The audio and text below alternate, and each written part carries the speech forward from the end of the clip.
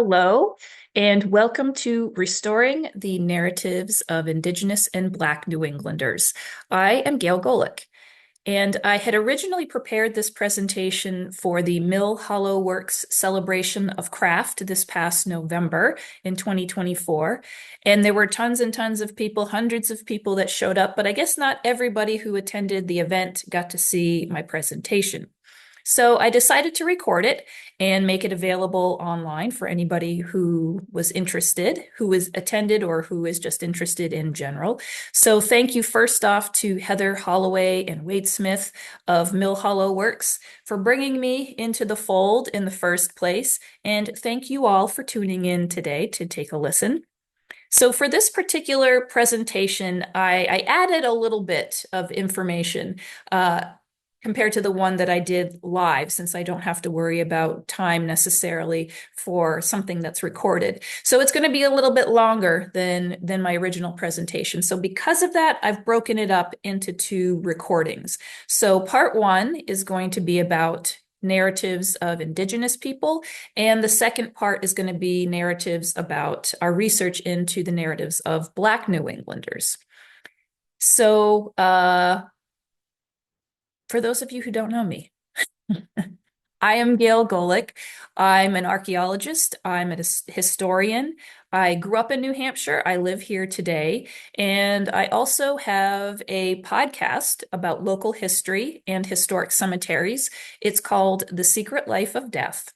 And if you like this kind of content, if you enjoy my style, you can go to my website and you can listen to all of my podcasts. You can stream them right there on the website, or if you have a podcast platform that you enjoy, you can find The Secret Life of Death there and listen that way. While you're at the website, if you would like to keep up to date on some of the things that I'm doing, I have a newsletter that you can sign up for. So you can find out about speaking engagements that I might have coming up or various tidbits of research that I'm working on. I like to sprinkle those in periodically and keep people up to date on what I am doing. But yeah, so we've got a lot to cover. So let's get started. And I'm going to just minimize my face and move it off to the side so that everybody can see the slides that we've got set up here. All right, excellent.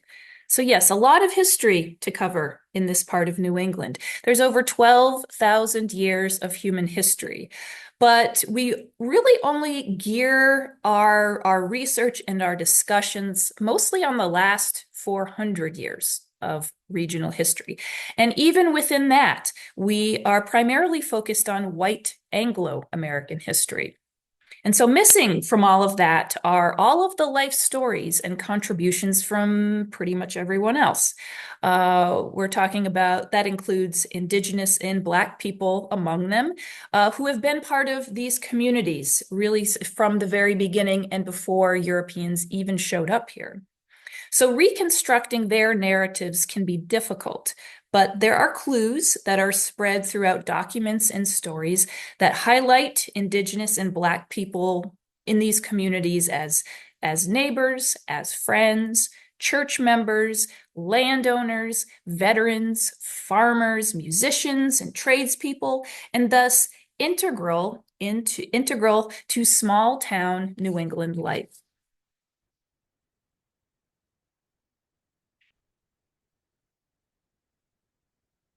And again, early histories are full of information, usually about the white Anglo-American settlers. And if we look closely at these documents, a lot of times we'll see that these stories are often provided by and written by the descendants of those settlers. So they are not trained historians, and they rarely use things like citations, and they don't really worry a whole lot about primary sources and things like that. And they're a little bit biased, honestly. And because they are being told about a family by that same family, they're going to be told from their perspective. And it's going to cast that family in the most advantageous and interesting light possible. And it's going to leave out and maybe not even pay attention to anything that's not about that family or that might contradict a particular view about events from those families' lives. And I'm just going to warn you, I have three cats, and I see one circling me here right now. They like to get in my business, and so I imagine one of them at some point is going to move through here and have to say hi. I will introduce you, proper protocol and whatnot, so don't worry. Anyway, so minority groups are rarely mentioned in histories like this. And when they are, it's usually done so in reference to something about that rich, white, usually male, main character of the history. So women and girls are referred to as the wife of so-and-so, the daughter of so-and-so, and not much else is said about them unless they've done something really, really good or really, really bad. And Black and Indigenous people are also reflected in the records in a similar way. We don't really hear all that much about them, and when we do, it's either really, really good, really, really bad, or vague and dismissive at the same time, or vague and dismissive. So I've got a couple of examples here to help illustrate this kind of point. The first is a reference to a story about a man who's recalling events from Walpole, New Hampshire, and the men from town who served in the Revolutionary War. And it says, all the able-bodied men in town went to Saratoga. The squire, referring to Thomas Bellows, the man recalling the story, remembered the names of 12. And not being able to recall the 12th man, he added, no matter, 'twas a black man anyway. So 12 men serving in the revolution in this battle from one town, and the only black guy in the group, and his is the name that doesn't get remembered. Go figure. The second reference talks about the early days of the settlement, again, in Walpole, New Hampshire, the English settlement in that town, which had a fair number of military engagements with Indigenous people in 1755 in particular. And this is during the French and Indian War. And this memory of those events is told to us from the perspective of those the English settlers, or more accurately, the descendants of those English settlers. And the story describes the English participation in that event as the English are the triumphant heroes. They are extolled for their bravery, and so on and so on and so on. And they use very specific language to talk about the Native Americans in this account. They are things, they refer to them as barbarous, black-hearted. They are black rascals, savages, wolf in sheep's clothing, and the devil. So this particular telling of a story is important for a couple reasons. First of all, it is one of the earliest printed versions of events from this region in 1755 during the French and Indian War. And it becomes a primary source, for more or less. It gets reprinted in almost every single local town history for the next 200 years. And so by default, it becomes the version of events in 1755, one that paints a particular view of the English, and one that paints a very specific picture about Native people in this area. And it's one that we have to combat even today. So part one, let's talk about Indigenous history. Because of the unevenness of these narratives, we have a very one-dimensional understanding of our Indigenous history here. But Native history in New Hampshire, in the Northeast, and really the whole country, it is very, very complex.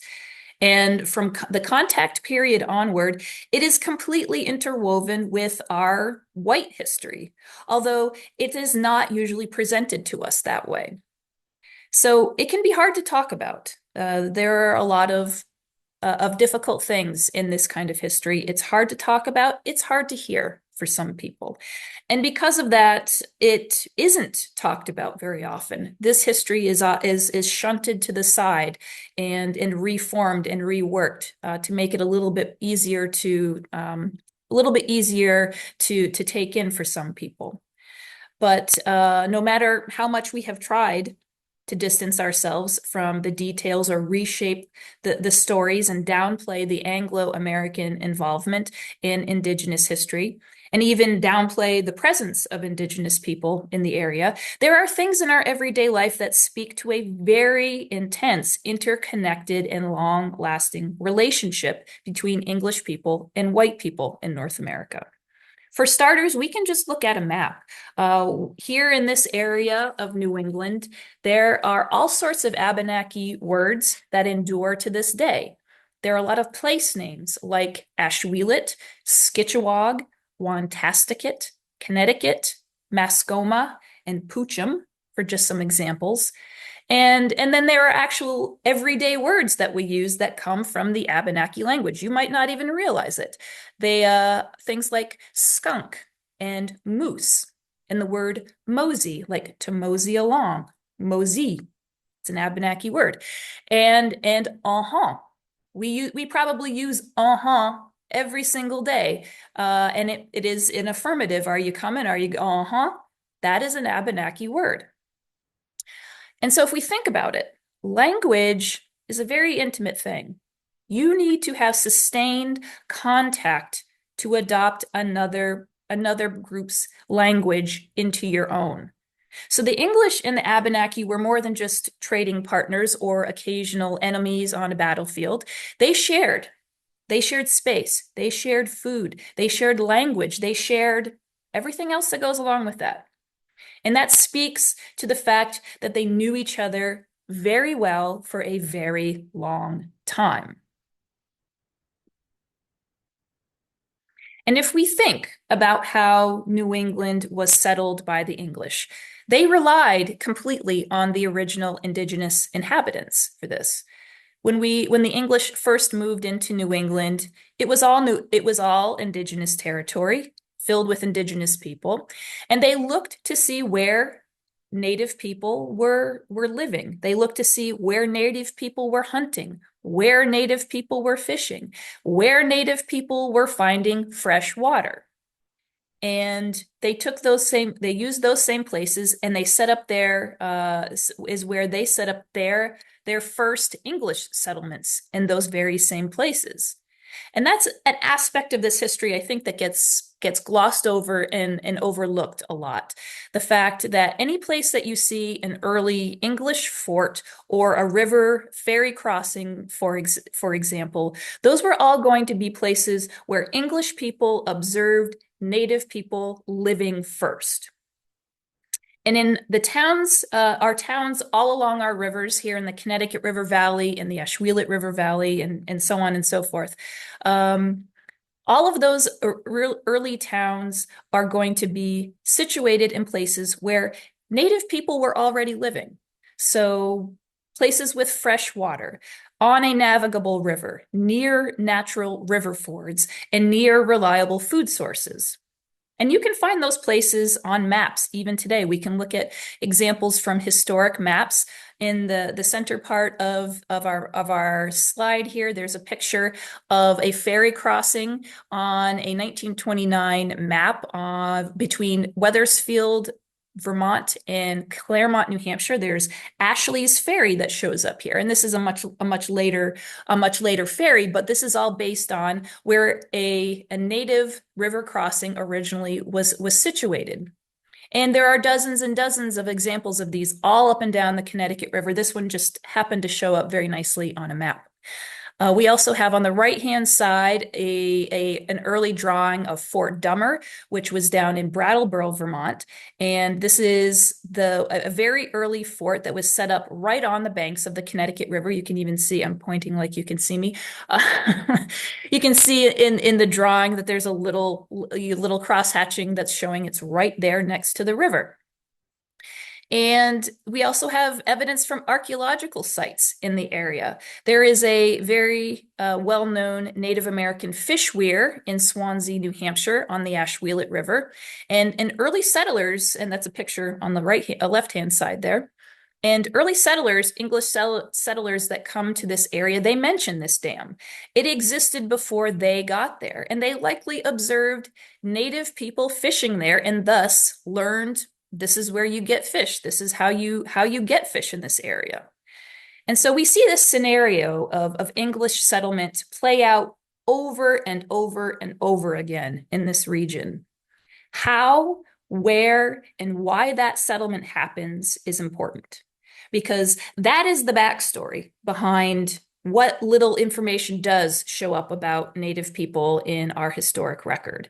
And and what is behind, for example, that reference that we opened up with in Walpole about the English regarding the Indigenous people as being black-hearted and devils and so on and so forth.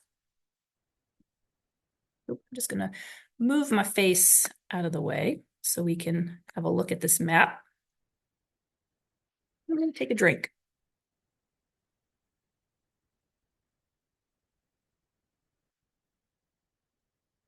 So let's go to Walpole in 1755. What is actually going on between the English and the Abenaki and other indigenous forces here during the French and Indian War? So first of all, let's orient ourselves on this map.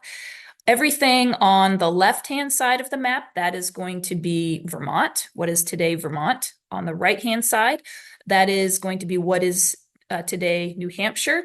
And so on the Vermont side, you'll see North Westminster, so the town of Westminster and the town of Rockingham are represented on the left-hand side of the map. And on the right-hand side of the map is Walpole, New Hampshire. In the middle of these two settlements, there is a blue line that is the Connecticut River. And Connecticut, remember, is an Abenaki word, Gwinidikwa, which means long tidal river in the Abenaki language, which the Connecticut River is, a long tidal river. And so this region of the Connecticut River Valley is full of resources that were known and utilized first by the Abenaki and later by the English. The Connecticut River is a huge navigable river. And there are also a lot of smaller river tributaries that feed into it in this section. So let's see, my pointer does work, okay? So here on the Vermont side, we've got the Saxons River coming in, and we've got the Cold River coming in on the New Hampshire side. Large rivers are navigable, but these smaller rivers aren't. They are, however, used more like a trail system, the smaller rivers are. So you can follow a smaller river and with a trail next to it, not a boat in the river, but you're following this river on a trail that's next to it.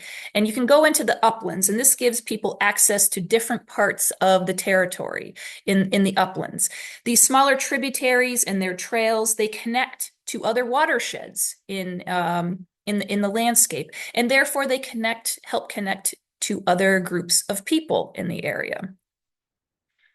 Other resources in this area, is a mineral spring. So right where that blue dot just popped up on the screen, that is a mineral spring. Access to springs is really important because river water is often not potable, but spring water is. And spring water doesn't freeze usually, and therefore it's available year-round. So having access to spring water is really, really important for early people and settlers. And so it's interesting that this particular spring here in Walpole is referred to in our historic records as Abenaki Springs. That is very telling. So Indigenous people in this area, they saw all of these resources that we're talking about as interconnected, and that they, even as people, were just one of the many resources that existed on this landscape. There's water, there's food, there's travel and wildlife. And because of all of that, for Native people, there is ceremonial and spiritual significance for these places. And we know a lot about Indigenous occupation in this area from archaeological sites. There is a set of petroglyphs, right where that blue dot just popped up, the Bellows Falls or Kitsi Pondaguk petroglyph site in Rockingham, Vermont, right at the base of the falls there. And we also know that this whole river valley bottom is covered with pre-contact Indigenous habitation sites, but also human burial sites that had been reportedly found all throughout the 19th and 20th century. And so as far as archaeology goes and in that kind of history, Petroglyphs. Petroglyphs are a very rare thing. They signify something very special, something important, something different about this area. The fact that they are here is very telling.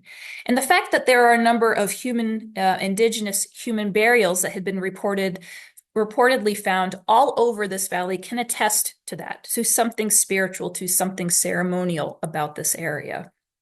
So when the English came to settle here in 1749, John Kilburn, the Englishman who first set up shop, he put up his cabin in a very important spot to the Abenaki. Right there. So right where that red triangle just popped up. That is where the mineral springs is located, which of course, from what we've just discussed, we know is at the confluence of the Cold and the Connecticut rivers. We can see that right there on the map. This is where trails intersect. This is a place where the rivers intersect, or confluences are important for migratory seasonal fish, often spawn in places where there are confluences. And the Connecticut River is a very well-known confluence where migratory fish would seasonally spawn in huge numbers. This is also a place that we have evidence, archaeological evidence in this region for Native American habitation sites. And very close by to this area are also reports from the 19th and 20th century of where human burials were found. So yeah, so for Kilburn, yeah, this was a great place to live. It had it all. He was right in the middle of everything. And people had known that for thousands of years because indigenous people had been living in that spot and utilizing that place for thousands of years prior to Kilburn's arrival. And though it was such an important spot for the Abenaki people, it's just they shared it with Kilburn and some other English settlers who had moved into this area. So just as the Abenaki are part of this landscape, they saw that Kilburn and the other English people in this area are also part of this landscape, and they allowed them to stay settled in this area until 1755. The French and Indian War breaks out the year before, and it's at this time that the Abenaki and a number of their indigenous allies and some French allies start coming through the Connecticut River Valley and attacking various English settlements all up and down the river, trying to force the English out of Abenaki territory. And so on that day, the day in Walpole in the summer of 1755, there are two engagements that happen on one day. There is the first happens a little farther south. So at the bottom of the screen there, you'll see another red triangle that's popped up. This is the location of Benjamin Bellows Fort, or Fort number 3. And there was a brief skirmish there between indigenous fighters and the English. There was a lot of gunfire, a lot of chasing, a lot of shouting. Nobody got seriously injured. All the Englishmen made it back to the fort and apparently were okay. But really the most intense fighting on this day was saved for Kilburn at his cabin at the location at the confluence of the Cold River where the spring is also located. So the story goes that around 100 Abenaki warriors and other indigenous allies surrounded Kilburn in his cabin. There's about 5 or 6 other people in the cabin there with him, and they shoot at one another for several hours. And at the end of the day, one person inside the cabin dies, and probably at least one person outside of the cabin dies. And that's something that is missing from this traditional account that we know of this story. And I think that's really important to mention, is that this idea that the Abenaki outnumber the English so much. If we're to believe these numbers, 100 Abenaki warriors, which it might have been, they vastly outnumber the English in this scenario. And so if the idea had been to kill them outright, the Abenaki and their allies very easily could have, but they didn't. This kind of full-scale slaughter was very common. This concept of a full-scale slaughter was very common. It's part and parcel to how English-style warfare was conducted and was conducted here in North America. But that is not how Indigenous warfare culture operated. And even though Kilburn had situated himself in a very important spot to the Abenaki, likely a very sacred spot for the Abenaki, they let him stay there until war broke out. And this attack, as it's been characterized historically, was their way of letting him know, you stayed here for a while, but now it's time to go. And so that is what's happening in Walpole in 1755. And it actually makes a lot more sense than that traditional story that's been passed down to us over the years of the native people just suddenly turning on the English and the English being taken by complete surprise and feeling betrayed in all of that. And thus the language of black-hearted and devils, et cetera, et cetera. But that isn't the story we know. No, but in knowing the other side of it, really, it completely changes the whole concept and the tenor and our understanding of what this history was like and really what was going on at this time. Oop, move my face again out of the way.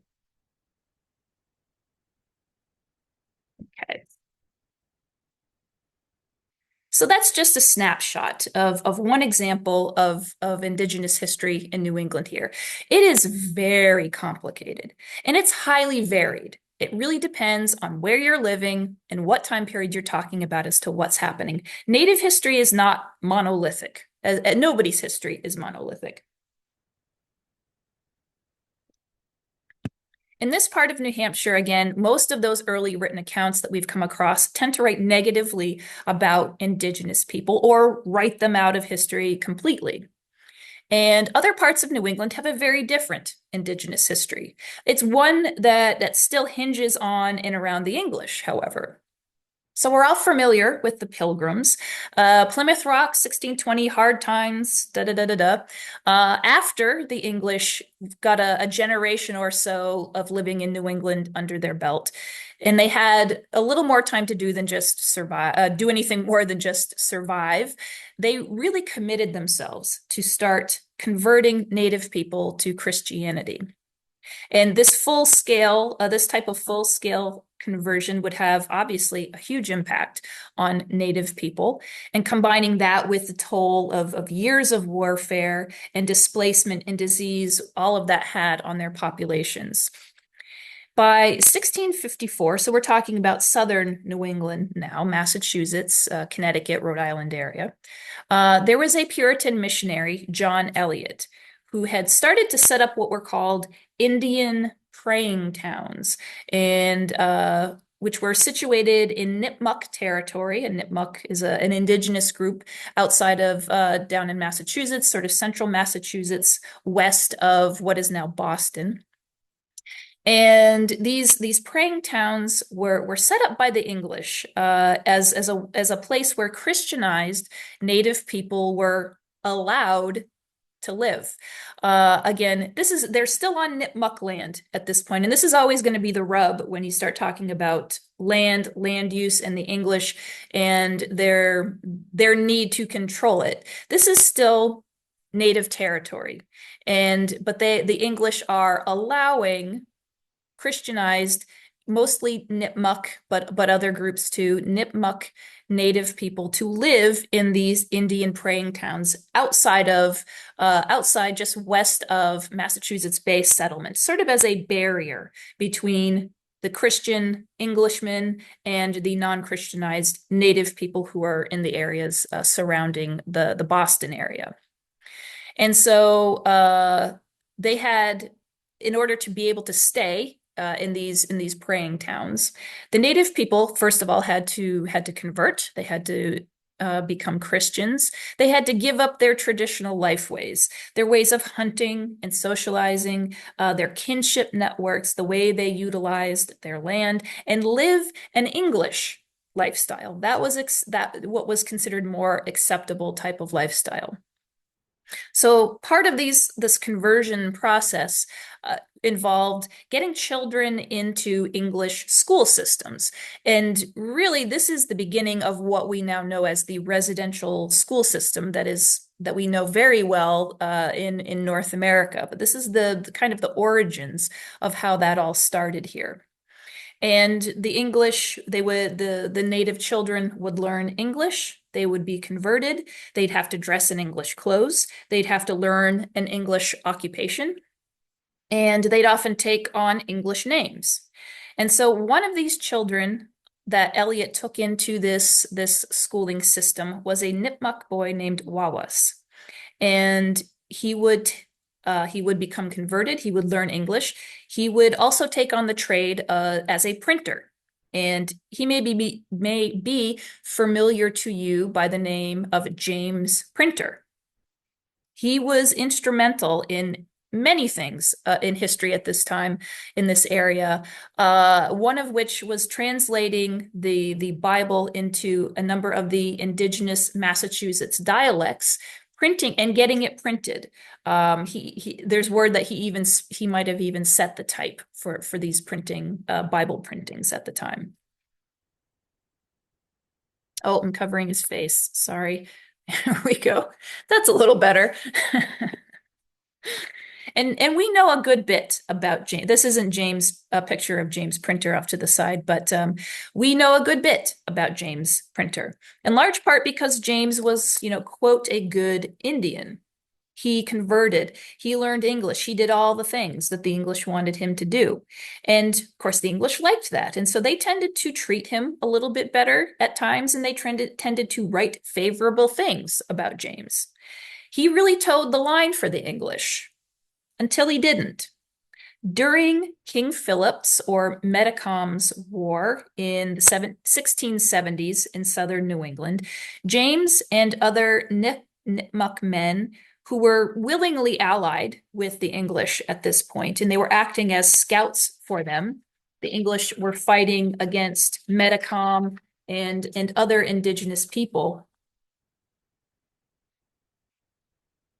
But indigenous culture made a very clear distinction between being allied and working as a scout for the English versus taking up arms and fighting other indigenous people on behalf of the English.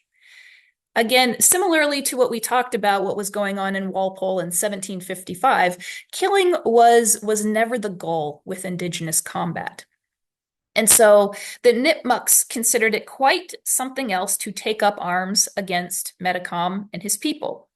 This was the exact opposite of how the English approached war and saw this, and how the complete opposite of how they saw combat and how they saw allyship working.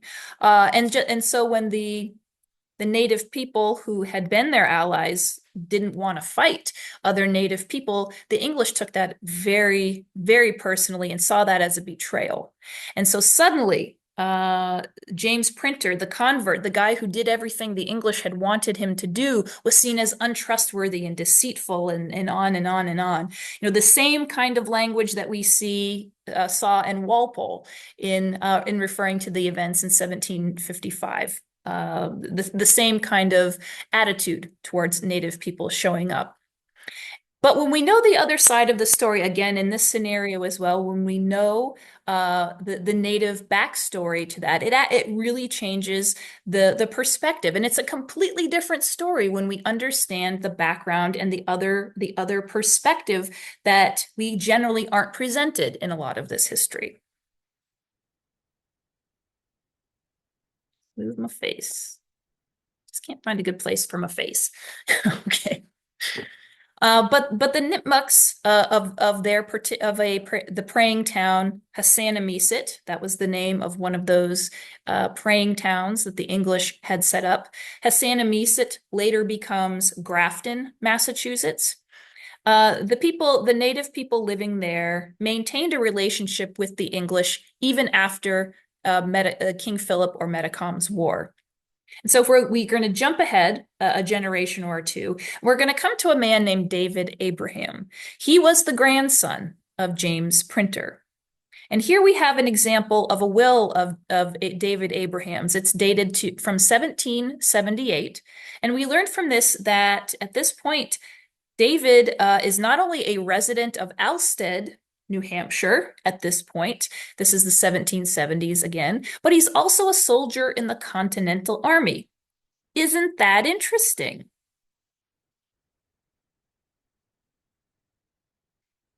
Abraham served from Alstead, New Hampshire throughout the Revolutionary War, starting in 1776, and he served through the entire war, being discharged in 1783. And military service was a tradition among Nipmuc men, but also a lot of other indigenous groups in the Northeast.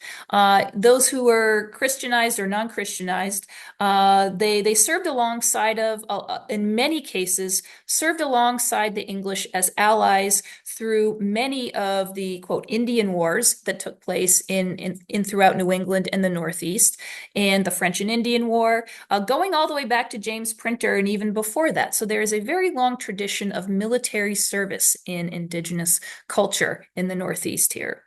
Although by the time we get to David Abraham's time period, he's serving against the English. He's on the side of the Americans, and he's serving against the English at this point. We think David Abraham likely came to Alstead around 1774 alongside the dozen or so other Anglo-American families who had been living in Grafton, Massachusetts at the time, but who also moved up in were some of the earliest Anglo-American settlers of Alstead, New Hampshire. David Abraham is a landowner in Alstead for a brief time. He buys a piece of property, but he quickly sells it. Land speculation was a very common thing at this time, and it seems like that's what he was participating in. And this was also during his service in the military. So we think it's unlikely that he had any time to clear any land or build a house on this piece of property anyway. But this is an example of that deed transfer. So he's a landowner while he's living in New Hampshire, which is pretty cool. And the printer Abraham family is really interesting, I find. They're a really interesting example of this more nuanced story in history of indigenous people in New England, in different parts of New England in the 18th century. By the 1770s, we see David, he's part of this larger Anglo-American community that he had grown up with, starting in Grafton, Massachusetts, which again was originally a Nipmuc praying town. And when those Anglo-American residents of Grafton left Grafton to move to inland parts of New England, up to Alstead and other towns in this region where we live, David Abraham came along with them.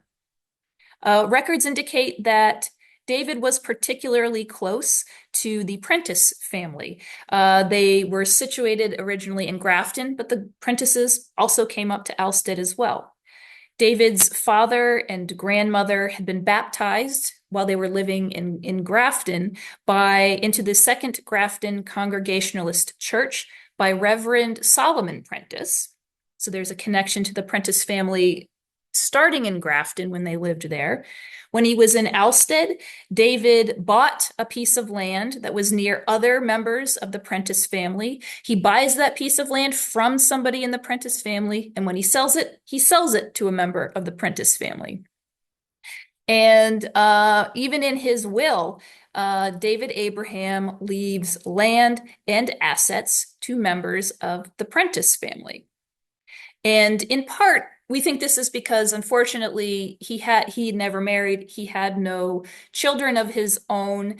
He might have had some cousins it looks like he had some cousins that he left some land to, but all of his siblings had actually passed away at that point too. So he didn't have any immediate family to leave his assets to. But it also speaks to a close and important connection between Abraham and the Prentices. And it's their community, it's their military service, they're living near each other, they're members of the same church, their families are close. And it's something, again, why I love that this example and this story is it's again a part of this history and these stories that we don't often hear about. And it really speaks to the complexity of Euro-American and Indigenous relations over time. Things get messy and they change a lot depending on where you're living and what time period. But Native people are here. Native people were there. They're here and they're here today. And I think that is also the through line that should be brought through these particular examples and these stories that I've talked about for this first part of our presentation here today. So this is the end of part one. And if you'd like to continue to learn more about the Black history of this part of New England, you can find the second in the series and go to part two. If not, if you're going to end here, I thank you so much for listening and for participating and sitting through this. Again, if you'd like to learn a little bit more about my work, you can go to thesecretlifeofdeath.com and connect that way. And if not, it was a pleasure being here with you today. So have a wonderful day. Thank you so much.